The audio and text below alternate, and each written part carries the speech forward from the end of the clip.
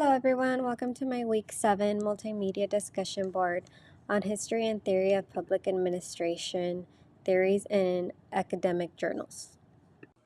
Today I will be focusing on 2 readings and 2 peer-reviewed journals. The first is Herbert Kaufman's article with the peer-reviewed discussion on administrative decentralization. The second is Michael Lipsky's article and the peer-reviewed journal, Street-Level Bureaucracy, Dilemmas of the Individual in Public Services.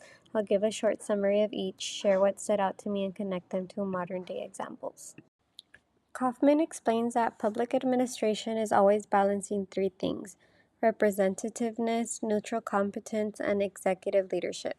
The article explains that there is growing dissatisfaction because many people feel that government is too large and not responsive to their needs. Even though there are many ways citizens can participate, people still feel their voices are not being heard, especially in the day-to-day decisions made by administrative agencies. Because of that, there has been a push for decentralization, which means giving more power to local communities so people have a bigger voice. What I found interesting is that Kaufman points out decentralization is not a perfect solution.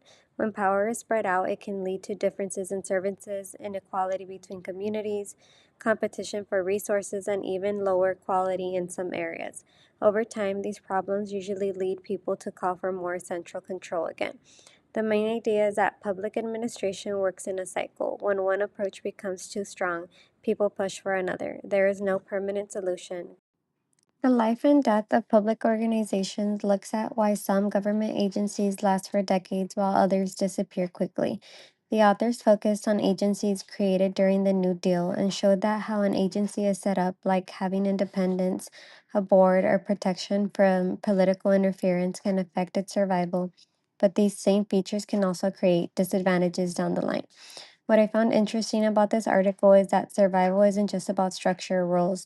It comes down to whether an organization can stay relevant and prove its value over time.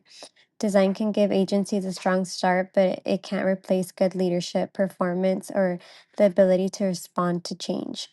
The article builds on Herbert Kaufman's idea that agencies last when they can adapt, and that giving them some decentralization or independence can help them survive political changes and stay effective. A modern day example of this is Transportation Security Administration, also known as TSA, to handle airport security. TSA has gone through political shifts and public criticism by changing procedures, using new technology, and adjusting policies based on evolving threats. Michael Lipsky explains that street-level bureaucrats like teachers, police officers, and social workers are public employees who interact directly with constituents and make decisions that effectively become government policy. Their decisions, such as who gets benefits or how rules are enforced, directly affect people's lives and shape how government services are provided.